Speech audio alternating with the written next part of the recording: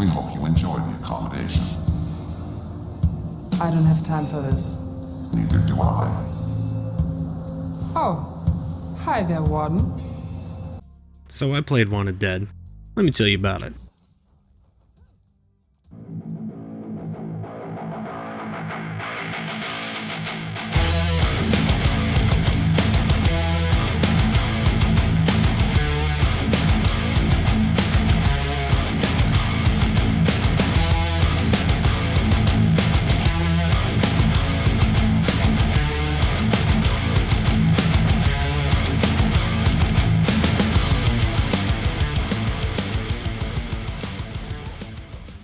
The flow state of Wanted Dead evolves with the player, from a panicked scramble to keep up with enemies that are evolving their own tactics into a game of evolving your own tactics faster, eventually becoming the monster nigh impervious to enemy attacks. It's a high-octane, blow-for-blow, back-and-forth dance of death, always being just a few wrong moves away from that death, if not closer, and catching the opportunity at the right time to tip that razor's edge just enough to snap down like an animal, going in for the kill. It's an earned victory, and a gratifying display of power and finesse. Now, I knew coming into this one that it's a very divisive title, with the more vocal side of that debate leaning negatively. Still, the gameplay looked pretty sick, and that alone can carry a game, so here I am, checking it out. I should note right now that this is coming off the back of the patch in December 2023 that has fixed a handful of things, bugs included. We're introduced to our protagonist, Hannah Stone, in a prison cell, having been clearly set up by the intro cutscene as a war criminal, having been reformed as Special Forces Police for Hong Kong. Yeah, it didn't seem like the smartest move to me either. This is how we get our ragtag protagonist group of professional murder machines of differing nationalities, though, and that means different accents and dialects too. Who's on the team? We'll get to that, but I would like to say that in theory, this is a banger of an idea. These cutscenes really try to instill in the player a sense of connection or appreciation for the characters, and you're treated to them right off the bat, while it tries too hard to build that level of sincerity. These characters are supposed to be war criminals, or at least one of them is, and throughout the runtime we'll be coming back to this high school camaraderie between them. So this leads us right into the first mission or first act of the game after a short and optional tutorial. The tutorial may actually be handy this time around because Wanted Dead does have some unique mechanics to it that you'll need to employ properly in order to succeed. The first act begins with a lot of third-person shooting and a little bit of the melee combat. As it's been quoted around the internet, it plays like a PS3 game released in 2023. And honestly, that's a really fair statement. I don't mean that in a negative way either. I'm a big fan of old school gaming. Within the opening act, you'll find that not only is the game difficult, it is very much ready to punish you for everything you haven't learned. I think it's fair with the difficulty here, because none of this is a surprise that you weren't warned about or given the opportunity to prepare for. It does feel a little off though. The gameplay is tight, fast, and gives the impression that it's very loose at the same time. You've got a standard melee attack with a katana that can be chained together for a combo with or without switching into handgun attacks. The katana is by far the most deadly weapon in the entire game, with one exception.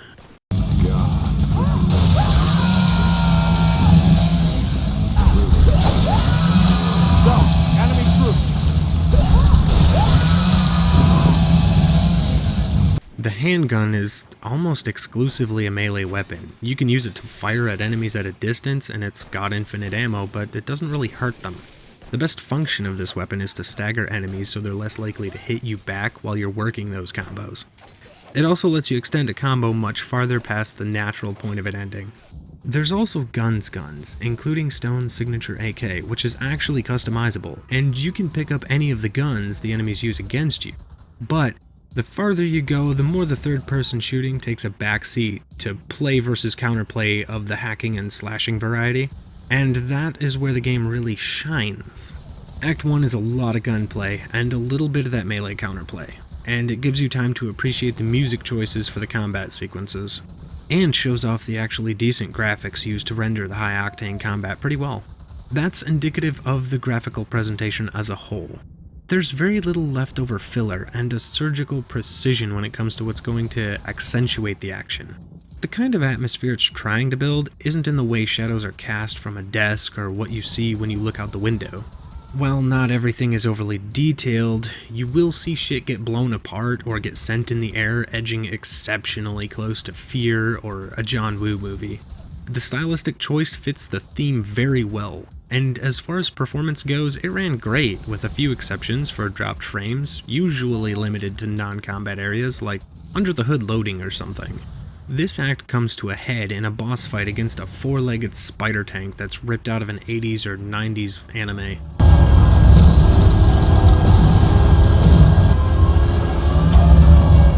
Run! Take cover.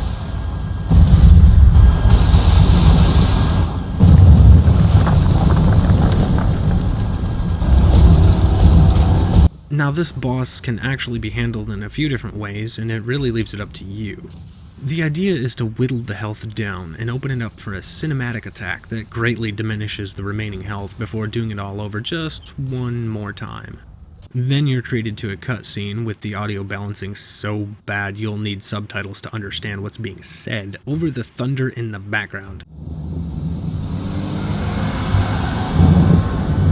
There's something you need to see, Stone.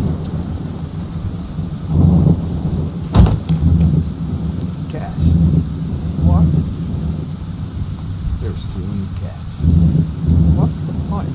You can't even fucking use it in this part of the world. The boys in blue will lock everything up when we get to the truth. Thankfully, that's the only time it gets that bad, but this gives way to another cutscene that introduces a candidate for the big bad of the story without overplaying the hand. That's followed by a few more cutscenes, and you get the idea. Between missions, you practically have exposition dumps in the form of cutscenes chained together. I'm not a fan of this. Plus, there's always one where it makes it a point to show that Stone is taking a shower. I get what they were going for here, because it's damn near the only time you remove the blood of your enemies from your attire, but you will see cutscenes where she's still covered in blood, and that's kind of a neat touch. But she's literally the only one this applies to. If you are here for the lore, it does exist outside of these cutscenes too. You'll find documents or handwritten notes scattered amongst the levels or intermissions between levels. I actually like the way the handwritten notes are used, but it could have used a text translation to make it a little more legible. Most of the good stuff is going to be on the desks of various coworkers, term used loosely, in the police department. They've got a short history lesson for all the major players in the story, as well as police reports on the aftermath of your own adventures. The backstory ones go for Stone and her teammates as well. There was a lot of effort put into getting you to care about the team, but it comes off as a little too ham-fisted to be natural. But teammates are supposed to help you out, and for the most part they're barely noticeable, and that doesn't help. That is until you split up, and that'll be often enough. While they don't contribute much to killing enemies, they do contribute to spreading the aggro amongst the entire team, and they can't even die. Plus, one of them will pick you back up once per checkpoint if you die. A sort of extra life, if you will, as long as Doc is with you.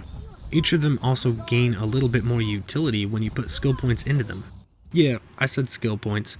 Skill points are gained basically just by playing the game. You get better skill point rewards with fancier kills, but you won't be starved for them in any playstyle. They're spent on unlocks for new abilities like an extra attack in your combo or the ability to parry something that otherwise requires you to counter it with a pistol shot, to holding more grenades or medkits, to augmenting your cohorts. The skill tree choices are more about what to get first rather than what to pass up on. It'll be full a ways before the ending credit roll, with plenty of points left over with no home. Still, this isn't such a bad skill tree, really. In between these acts, there's a wide open multi-floor police department with all kinds of crap in it. At first, there's a crane game for acquiring collectibles or kicking it until it goes out of order, hitting up the training room, or hunting down reports and documents. With all these over-the-top personalities and larger-than-life fights like hacking through an entire private security army and their mechanized spider tank with a katana, you'd be forgiven for relating all this to something like an anime. Right, the inspiration is right on the sleeve. The second act soft opens with a lot more cutscenes, and this This fucking rhythm minigame about eating ramen. Dude, I don't know. What? How good are you at eating ramen? How much of that requires good timing? The first time is mandatory, and I think it's supposed to come across as novel. Not tuned in enough for that. And it will be a thing you can come back for later?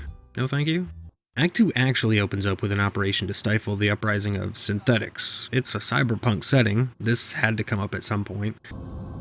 Question. Do synths count as property? In a way, I guess. Synthetic people. But these ones aren't entirely androids or anything. Like, they're certainly mostly biological at least. Look at that spray, right? These aren't your garden variety T1000s. The park has been closed for a few years. In fact, this is where you'll see Wanted Dead up the ante with an increase in difficulty. Still, though, at this point, taking cover and using firearms can be just as viable as any good old katana rush. There are another couple mechanics that serve an increasingly important purpose, though. Attacks with the katana, as well as a good parry, increase a meter that can be fulfilled to unleash a Desperado-style handgun shot to all enemies in an immediate vicinity. With most lower-tier enemies, this opens them up to being glory-killed. Not only does this offer some much-needed breathing room when well-timed, but the glory kill system in this game gives the player a chance to sort of recoup a lot of the damage taken in a short window beforehand. You see, when damage is taken, most of it goes into a temporary bar alongside Stone's health. Successful attacks with the katana, and only with the katana, will replenish this health in particular. But the window of opportunity doesn't last long, and it can be detrimental to play risky, as simply being hit again can dry out that potential health. However, if an enemy gets close to death, they stumble and flash in that ever so familiar glory killable state. Any glory kill performed simply refills all that potential health, as simple as that. Obviously, the benefit is twofold because any enemy finished off in such a manner is immediately redacted from the list of potential threats to your health. Plus, there's a lot of different animations for glory kills based on the positioning not only relative to the enemy, but the environment as well, and they're pretty sick.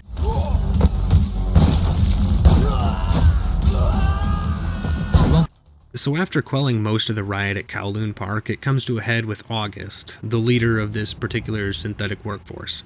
The player gets trapped into a pit, and this moment right here is the filter. It'll determine whether or not you're up for the long haul. This fight begins with a sizable group of synthetics, and that's fine and all. It's when August himself gets involved that the real test begins.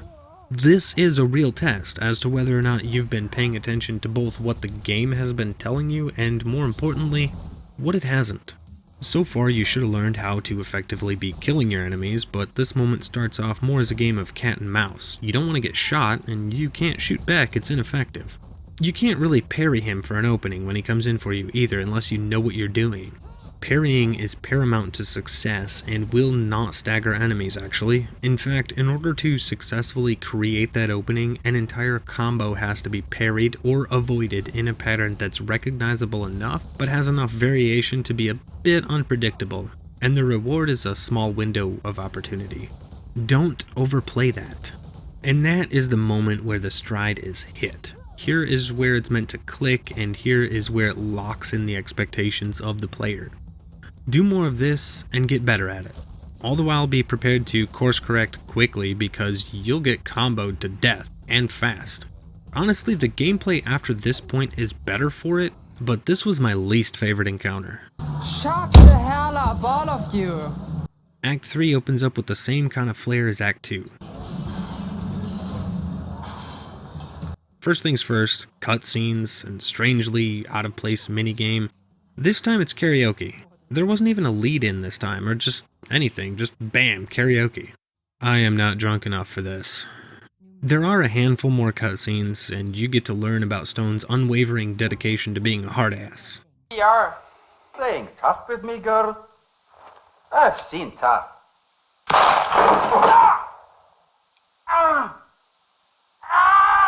You fucking bitch!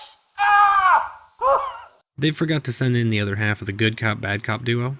Oh, I can go all night if you want me to.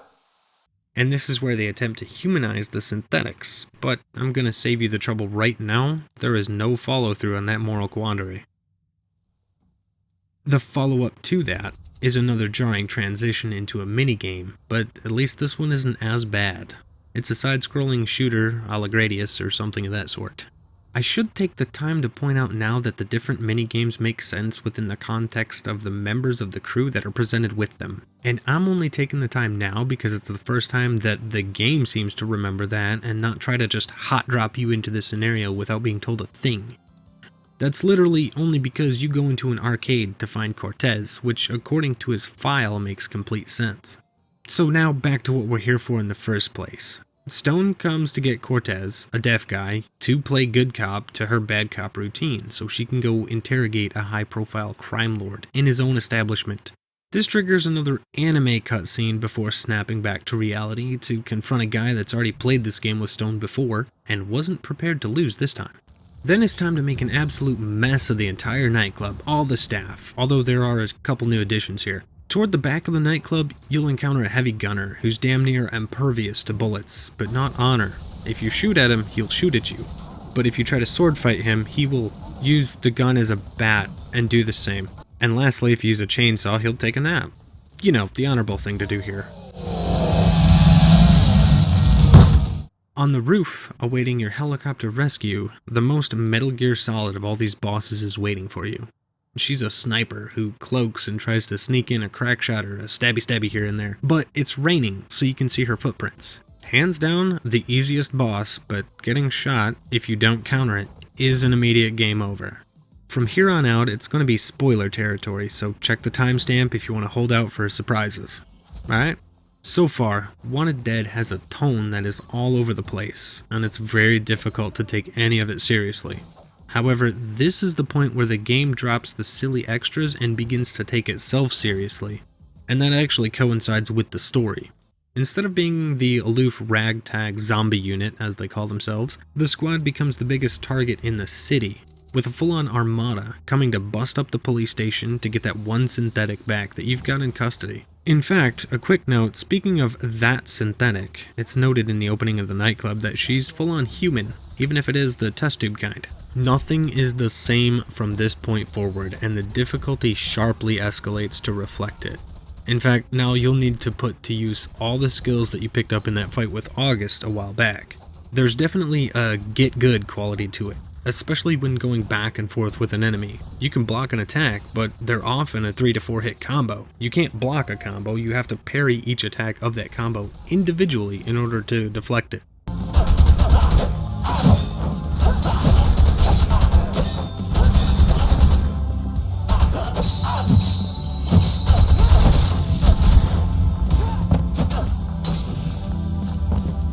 There was a high priority hit put out on Stone's squad, and everyone in the precinct is expendable as collateral damage in the exchange. This is where the game will demonstrate one of the 2 times I can think of where the difficulty is ridiculously amped up by taking away checkpoints. There's one stint where, in the context of Wanted Dead, there's a long gap between checkpoints with more than just a few significantly difficult enemies. That means no resupplying, no saving, until the whole thing is successfully completed in one go.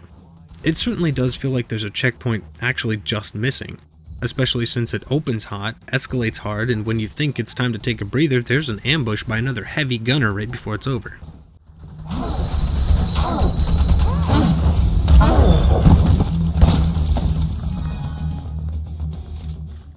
Following that, it's back on the track of escaping the precinct, and checkpoints make a valiant return to punctuate the time in between every few encounters. After fighting down to the ground level, floor by floor, it's time to bail out the back door only to be stopped by Mr. Smith. Mr. Holiday.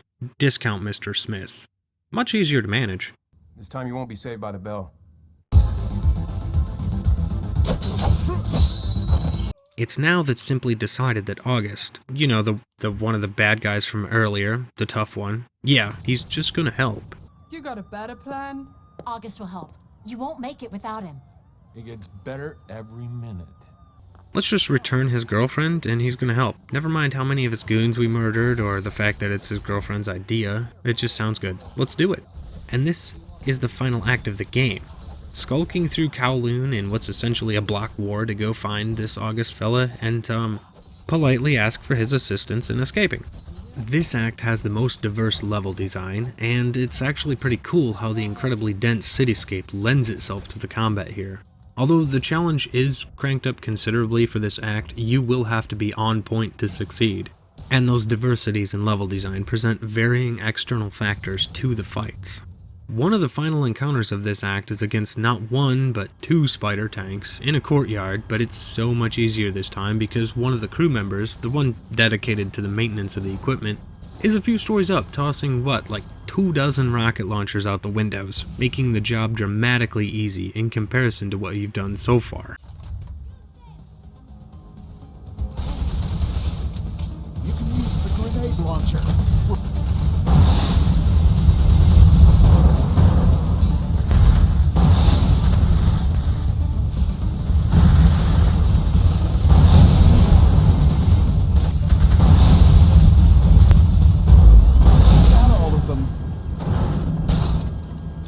The resolution to this act is as simple as the goal, right?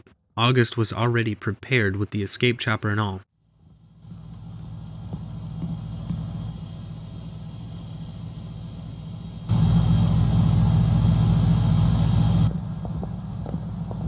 Get on.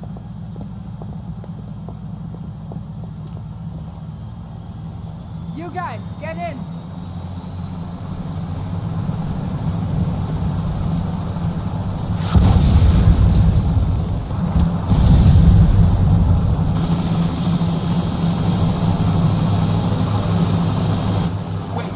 Get back down there. Stone! Go on!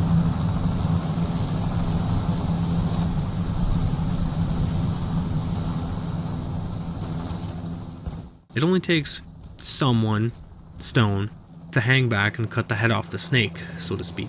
Richter, the leader of this private military, is ready to have this showdown sword fight. Mind you, he's actually been introduced a couple of times as the over-the-top bad guy, that it was only a matter of time before it came to this. This showdown is actually pretty cool, but a lot like the one with August, and by this point the challenge isn't the same. So there's an instant kill attack thrown in for good measure. I think this fight could have been a lot better and kept the challenge it was aiming for a lot more pure if they had just dropped the instant kill attack and made it just a little faster.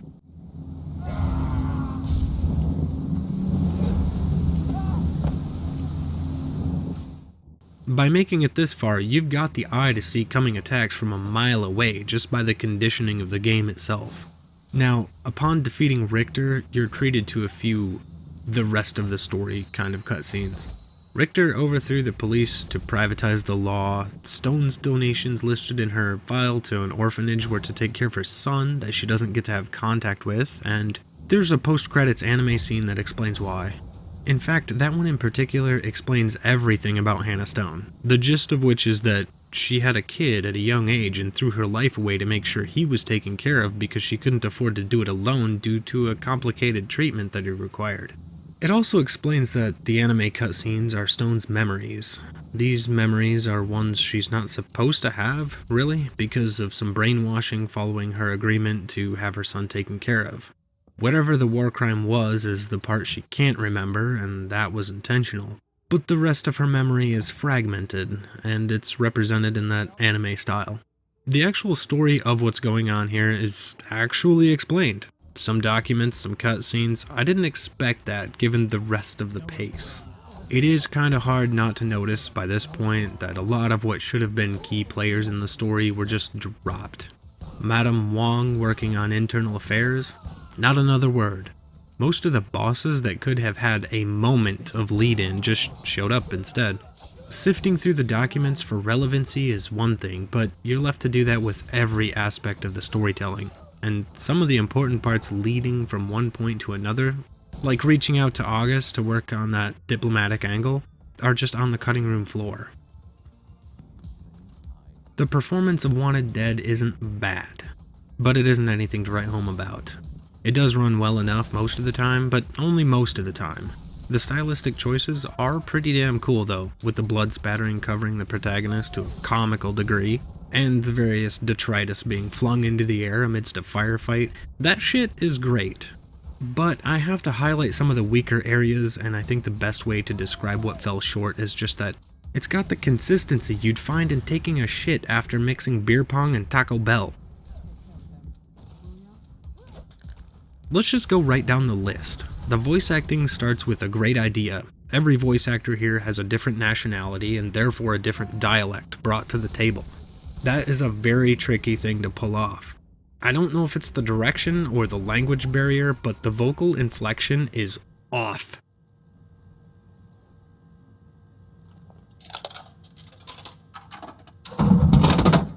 Detective, Oh, scheiße. what a pleasant surprise.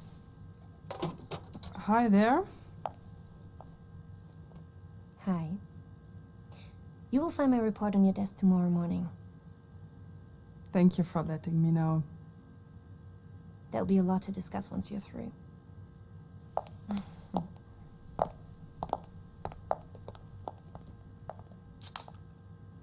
Looking forward to it.